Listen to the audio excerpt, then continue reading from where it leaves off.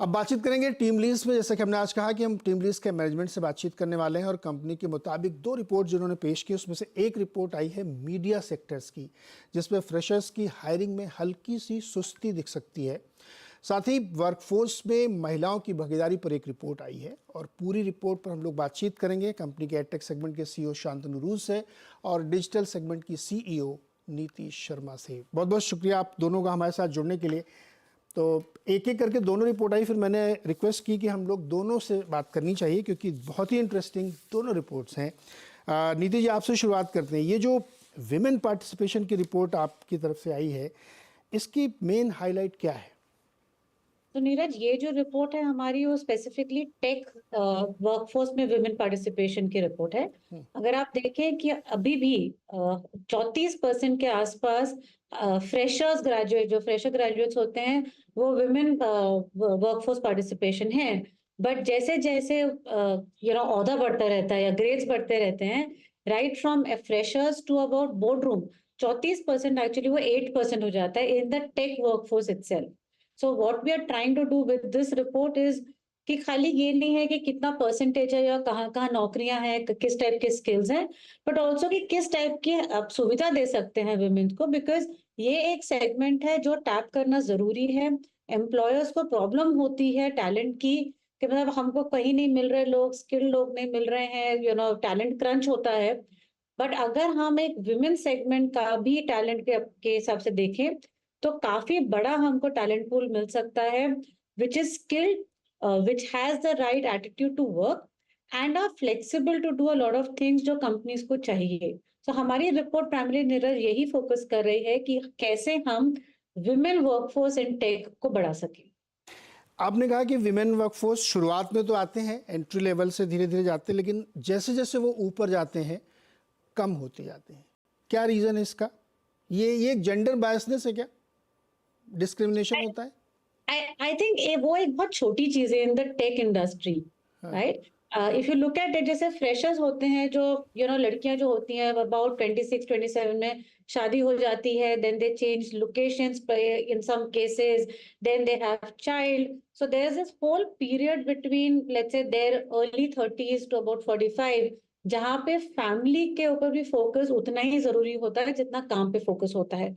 Junior और mid senior workforce में drop out बहुत ज्यादा दिखते हैं हम, क्योंकि ये जो पीरियड होता है, अगर बैलेंस नहीं कर पाए, सपोर्ट नहीं है, then I think the women workforce end up dropping out.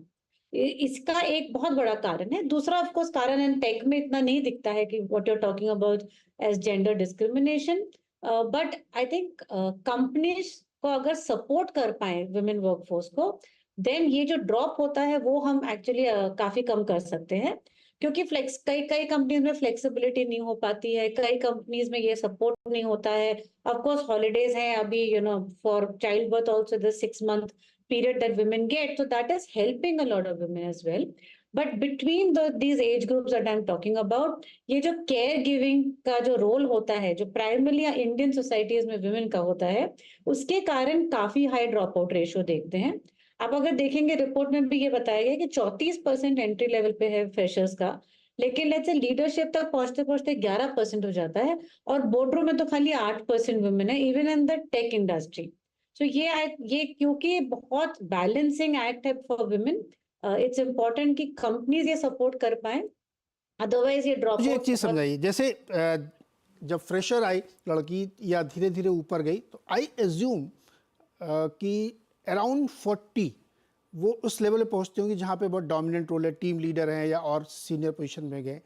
उस समय तक शायद उनकी फैमिली जो रिस्पॉन्सिबिलिटीज़ हैं वो सेटल हो चुकी होती हैं, फिर भी वो नंबर कम दिखते हैं, इसलिए क्योंकि शुरू से ही कम हो गई हैं, इसलिए ऊपर तक पहुँचते पहुँचते और कम हो गई हैं। एग्जैक्टली। सो आप अगर एब्सोल्यूट नंबर्स का बात करें ना, about from the total number खाली 34% is even at the entry level. तो वो अगर वही नंबर 50% होता, तो आगे जाके मिड सीनियर में मे बी इंस्टेड ऑफ 18% वो 25% होता। तो एक तो absolute volume of women, I mean if you look at the number of girls in STEM education right now, it's close to 43% in India, which is very high compared to even the global averages. but वो 43% only translating to 34% in first time employment in the tech world.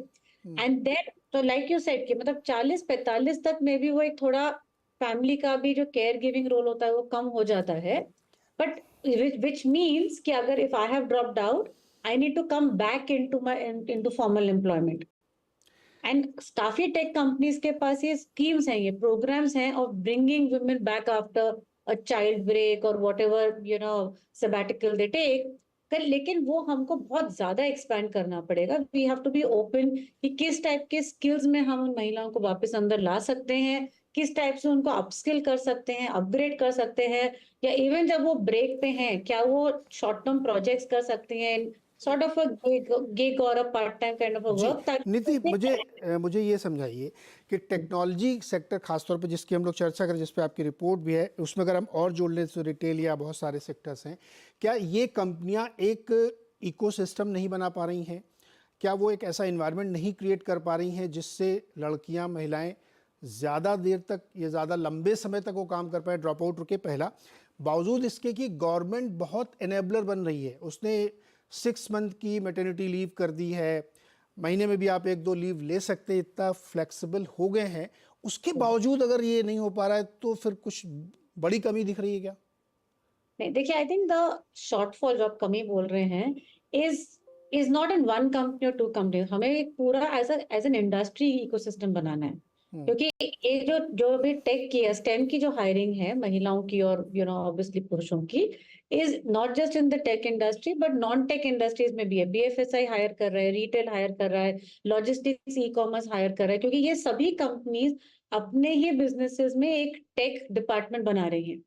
तो as an ecosystem हमको कि ये 6 months की maternity break है, 1-2 महीने एक दो दिन महीने में ब्रेक मिल सकता है, लेकिन कितना अवेल होता है, कितना नहीं होता है, and not just that, right? I mean of course जैसे क्रैश फैसिलिटी मैंडेट बन गई है हर एक कंपनीज में, but what percentage of the companies are actually doing it? I think वो सारी चीजें हमें ध्यान देनी बहुत जरूरी है, क्योंकि ये एक सपोर्ट इकोसिस्टम बनाना पड़ेगा अगर हमको ये 34% एक तो पहले 50% बन जाए, और जो 50% या 34% है can that stay at about 20-25% and about.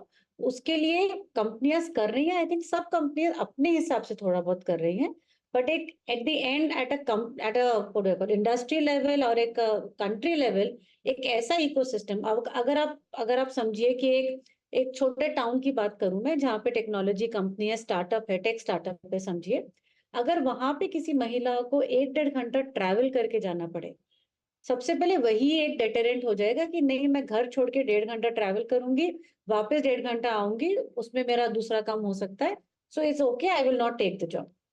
I okay, think वो फ्लेक्सिबिलिटी हाइब्रिड जो अभी काफी आईटी एग्जैक्टली कंपनी इस है। जी नीता जी, मैं दोबारा आऊँगा आपके पास। इस पे बहुत ज़्यादा इंटरेस्टिंग बात यह है कि इतना ज़्यादा फोर्स नहीं करना चाहिए आईटी कंपनीज, जहाँ पे इजीली वर्क फ्रॉम हो सकता है, फिर भी वो फोर्स करके बुला रहे हैं। आजकल रोज हम लोग खबर पड़ते हैं कि ऑफिस आओ जल्दी आओ।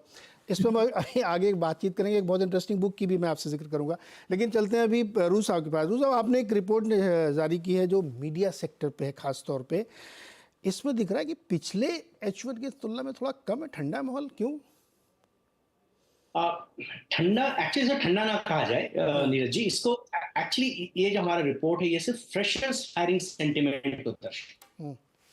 उसका मतलब ये है कि कितने परसेंट कंपनी अभी फ्रेशर्स की हायरिंग करेगी। तो इसको सिर्फ फ्रेशर्स हायरिंग सेंटिमेंट की तरह से देखा जाए। इसमें कई सारी रीजंस हैं। आई मीन, अगर आप देखें लास्ट कई क्वार्टर्स में मीडिया इंडस्ट्री में काफी बदलाव आए। अगर चाहे तो टेक्नोलॉजिकल बदलाव की बात करें, टेक्नोलॉजिकल एडवांसमेंट्स की बात करें, जेन एआई की बात करें, बिजनेस मॉडल्स इवॉल्व हो रही हैं, मीडिया का इंटरेक्शन बिजनेस के साथ चेंज हो रहा है। मेरे ख्याल से बहुत सारी चीजें इस इंडस्ट्री में अभी हो रही हैं, जिसके कारण इंडस्ट्री अभी फ्रेशर्स हायरिंग में थोड़ा कंजर्वेटिव नजर आ रही है। क्या है उसका, क्यों? क्या ये इतना ज़्यादा हो गया कि अब थोड़ा सा बैलेंस हो रहा है, या थोड़ी सी रुकावट आ रही है? जैसे एसईओ है, या जो सोशल डेवलपर है, ग्राफिक डिज़ाइनर है, इनकी तो बहुत डिमांड है, भरे मतलब ढूंढने ही पड़ते हैं लोगों को, बहुत सारे मिलते नहीं अच्छे लोग, फिर भी थोड़ा सा सुस्ती है इसमें। इसमें कई सारे रीजंस हो सकते हैं। एक तो पहली बात है कि फ्रेशर्स हायरिंग उस पर डिपेंड करता है कि कंपनी के पास ऑलरेडी एग्जिस्टिंग रिसोर्सेज कितनी है, नंबर 1। नंबर 2, कई सारा काम अभी, जैसे फॉर एग्जांपल आपने कंटेंट एडिटिंग की बात की या सर्च इंजन ऑप्टिमाइजेशन की बात की, ये दोनों काम ऐसा हो गया जिसमें बहुत सारे ऑटोमेशन आ चुका है, राइट। जैसे आज सर्च इंजन ऑप्टिमाइजेशन का काम बहुत सारा अभी जेन एआई के प्लेटफॉर्म्स कर रही हैं। तो बहुत सारे वर्क जो कि एंट्री लेवल ऑपरेटर्स काम करते थे, फ्रेशर्स खासकर जो कम स्किल्ड होते हैं, जिनको ट्रेनिंग के थ्रू जाना पड़ता है, ये लोग एंट्री लेवल काम करते हैं। ये एंट्री लेवल जॉब्स काफी हद तक अब ऑटोमेट होना चालू हो गया है, जिसके कारण हमें लगता है कि मीडिया इंडस्ट्री में भी फ्रेशर्स हायरिंग के सेंटिमेंट्स में थोड़ा सा नमी दिख रही है सर। शांतनु, आपके आपके यहाँ क्या जेंडर बैलेंस होता है? ये जो फ्रेशर्स आते हैं इसमें कितनी लड़कियां आती हैं, कितने लड़के आते हैं? अगर आप इस चीज को देखें तो ओवरऑल अल्टीमेटली आपको ये हायर एजुकेशन का स्टार्ट देखने की जरूरत है कि हायर एजुकेशन से कितने बच्चे लड़कियां, कितने बच्चे लड़के वहां से निकलते हैं। इट्स ऑलमोस्ट आज के दिन में अगर आप देखें बैलेंस ऑलमोस्ट इक्वल है इस समय। और जॉब अपॉर्चुनिटीज में अगर एंट्री लेवल पे कोई खास प्रेफरेंस नजर नहीं आता हमें। आई थिंक ये जो प्रेफरेंसेस आती हैं ये थोड़े सीनियर लेवल पर आना चालू हो जाता है। एंट्री लेवल पे I think there is equal opportunity both for boys and girls. पिताजी सही कह रही हैं, शुरुआत में तो सब ठीक रहता, बाद में क्या गड़बड़ होता। पिताजी, एक किताब है half a billion, Anirudh Chatterjee ने लिखी वो किताब। वो बहुत बड़े एक रिसर्च एनालिस्ट हैं, उन्होंने महिलाओं के ऊपर लिखी। हाफ अ बिलियन मतलब आधी महिलाएं। उसमें उन्होंने एक बार एक जिक्र किया कि कॉर्पोरेट वर्ल्ड में एक डिस्कशन हो रहा था, रियल ये एग्जाम्पल है। तो उसमें कहा गया कि क्रश खोलना चाहिए लड़कियों के लिए, कि जिससे कि वो अपने ऑफिस के आसपास ना छोटे बच्चे हों तो उनको लेके आए, कोई दिक्कत ना हो। तो उसमें से बोर्ड की एक मेंबर थी जो कंपनी चलाई थी, उन्होंने कहा ये बिल्कुल इम्प्रैक्टिकल एग्जाम्पल है। तो इट वॉज वेरी सरप्राइज, ऐसा कैसे आप बोल रही हैं? तो बहुत अच्छा एग्जाम्पल दिया गया कि ऐसा करना चाहिए कंपनी को। उन्होंने कहा कि मुंबई जैसे शहर में ये बहुत डिफिकल्ट इसलिए है क्योंकि जो ट्रेवल करके लड़की आएगी, ये महिला आएगी, वो अपने छोटे बच्चे को ट्रेन में नहीं ला सकती, तो क्रश बना के फ़ायदा नहीं है आपका। इसलिए आपको बहुत टेलर मेड प्रोग्राम्स रखने पड़ेंगे, शहरों के हिसाब से, मोहल्ले के हिसाब से, सिटी के हिसाब से। तो जो अभी आपने बात कही कि ट्रेवल कैसे करें 1 घंटे, तो उससे नौकरी छोड़ दें। बट अब तो थोड़ा चीज़ें बदल रही हैं, ट्रांसपोर्टेशन बहुत अच्छा हुआ, रोड्स अच्छी हो गई, सेफ्टी बहुत हो गई है। स्टिल प्रॉब्लम आपको लगता है यही एक बड़ी रीज़न है? एक है एक्चुअली बहुत बड़ा डेटरेंट है महिलाओं को, क्योंकि घर पे अगर कोई सपोर्ट सिस्टम नहीं है, जैसे आप खुद कह रहे हैं कि बच्चे को हम लेके 1 घंटा नहीं ट्रैवल कर सकते हैं, घर पे मुझे कोई हेल्प चाहिए, अगर वह काफी न्यूक्लियर फैमिलीज में आजकल वो हेल्प नहीं मिल पाती है, तो the option that they have two way is कि घर में कौन नौकरी छोड़ के घर पे बैठेगा। और दूसरा एक ऑप्शन है जो काफी लोग आजकल ढूंढ रहे हैं कि can I work from home, can I have flexi working, कि जब मैं जा सकूं मैं I will go to office, I want to do what I want to do. Because ये स्किल्स हैं, स्टेम में एजुकेशन बहुत अच्छा है महिलाओं के लिए। काफी ऑलमोस्ट 45-50% के आसपास महिलाएं जाती हैं स्टेम एजुकेशन में। So why not make a good career. और जैसे जैसे हाफ अ बिलियन में बुक में भी लिखा है कि if you ignore that half a billion, आपका टैलेंट पूल वैसे ही घट जाएगा, आपका competition in the talent will not be there. और आजकल महिलाएं सब टाइप के टेक्नोलॉजीज में, राइट, एआई है, जेन एआई है, इंजीनियरिंग रिसर्च डेवलपमेंट है, अभी कितने सारे टेक्नोलॉजीज में महिलाएं एक्चुअली एजुकेट होकर ग्रेजुएट हो रही हैं। सो आई थिंक वो फ्लेक्सिबिलिटी एक लेयर जो हम हेल्प कर सकें लोगों को। मतलब आपने जो सवाल पूछा था शांतनु से कि कितने प्रतिशत महिलाएं हैं, right, I think at a company level हम लोग ऑलमोस्ट 50-50% है। मतलब जो मेरा बिजनेस है डिजिटल, उसमें ऑलमोस्ट 60% महिलाएं हैं। काफी वर्किंग मदर्स हैं जिनको फ्लेक्सिबिलिटी मिली हुई है कि आप हफ्ते में 2 बार आइए, आप 3 बार घर से काम कर लीजिए, सो आई थिंक दोज थिंग्स कि आप 2 घंटे दूर रह रहे हैं, आप मत ट्रैवल करो अभी, because this is difficult for you to travel. I would be bothered more about outcome and productivity. But ये जो टेक सेक्टर और काफी टेक कंपनीज ने ये किया है कि उनका मॉनिटरिंग और गवर्नेंस अगर वो स्ट्रॉन्ग कर दें, देन फ्लेक्सिबिलिटी देना बहुत आसान होगा।